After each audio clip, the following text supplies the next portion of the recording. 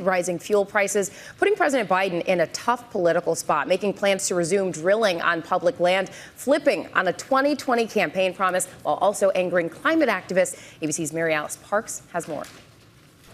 The Biden administration set to restart the sale of onshore leases for oil and gas drilling on federal lands. 144,000 acres of public lands will be up for lease in these 9 states. The move upsetting environmental activists in the president's Democratic base. The decision a clear departure from this 2020 campaign promise. And by the way, no more drilling on federal lands, period. Period, period, period. But the White House saying their hands were tied. The president did sign an order pausing the sale of new leases when he came into office. But a federal judge in Louisiana said they had to go forward. The decision this week coming while gas prices are spiking. The White House facing political pressure to look for ways to supercharge domestic production. Still, given his pledges to curb greenhouse gas emissions, environmentalists are fuming. There's no way for Biden to meet his campaign climate promises as well as his international commitments unless he actually addresses leasing on public lands. And the first step is stopping new leasing. The Department of Interior insisting they worked to thread a careful needle, raising the royalties of the plots for the first time nearly 50%, promising to include the input of tribes and taking environmental concerns into account like never before. And only a small fraction of the land oil and gas industry leaders had hoped for ended up included. The announcement is mixed signals from the administration regarding leasing. This is a first step, but they need to do much more.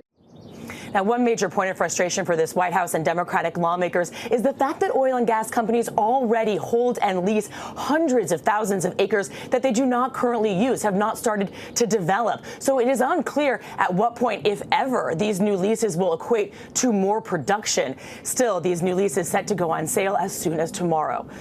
Mary Alice, thanks. Let's bring in ABC News political director Rick Klein to discuss more. Rick, good morning to you. It's always great to have you.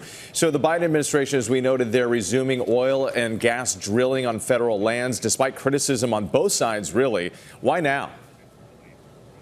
Bottom line, this was about gas prices. The Biden White House under enormous pressure to do something about spiraling cost of gasoline. This was one of the menu of options that's available to them.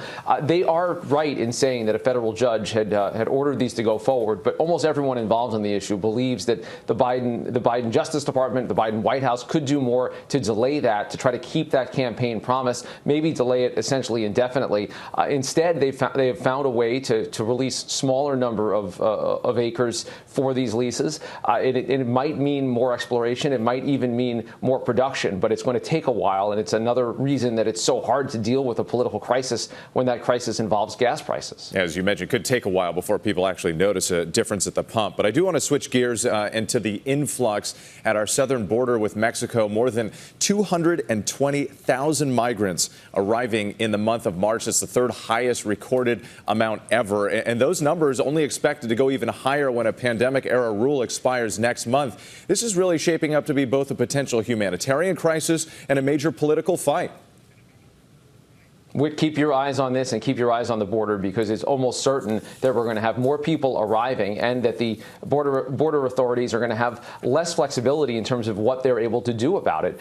Going back to the early days of the pandemic under former President Trump, the Border Patrol was able to quickly deport most people who arrived at the border using Title 42, which says that a public health emergency means that there's some risk to increasing people coming into the country. Now, despite a lot of mixed messaging over the state of COVID, including the extension of that mask mandate, you've got the administration about to lift that. They say that it's the call of the CDC, but a lot of Democrats aren't buying that. And this is critical. Some of them are saying that the Biden White House simply does not have a plan for that influx that's likely to come. Yeah, and this debate only going to get even hotter in the coming weeks. Rick, thank you so much. We always appreciate it. It's good to talk with you.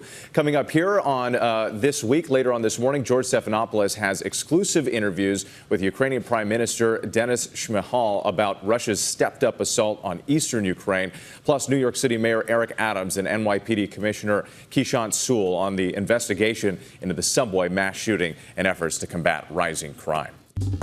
Well, hey there, GMA fans. Robin Roberts here. Thanks for checking out our YouTube channel. Lots of great stuff here. So go on, click the subscribe button right over here.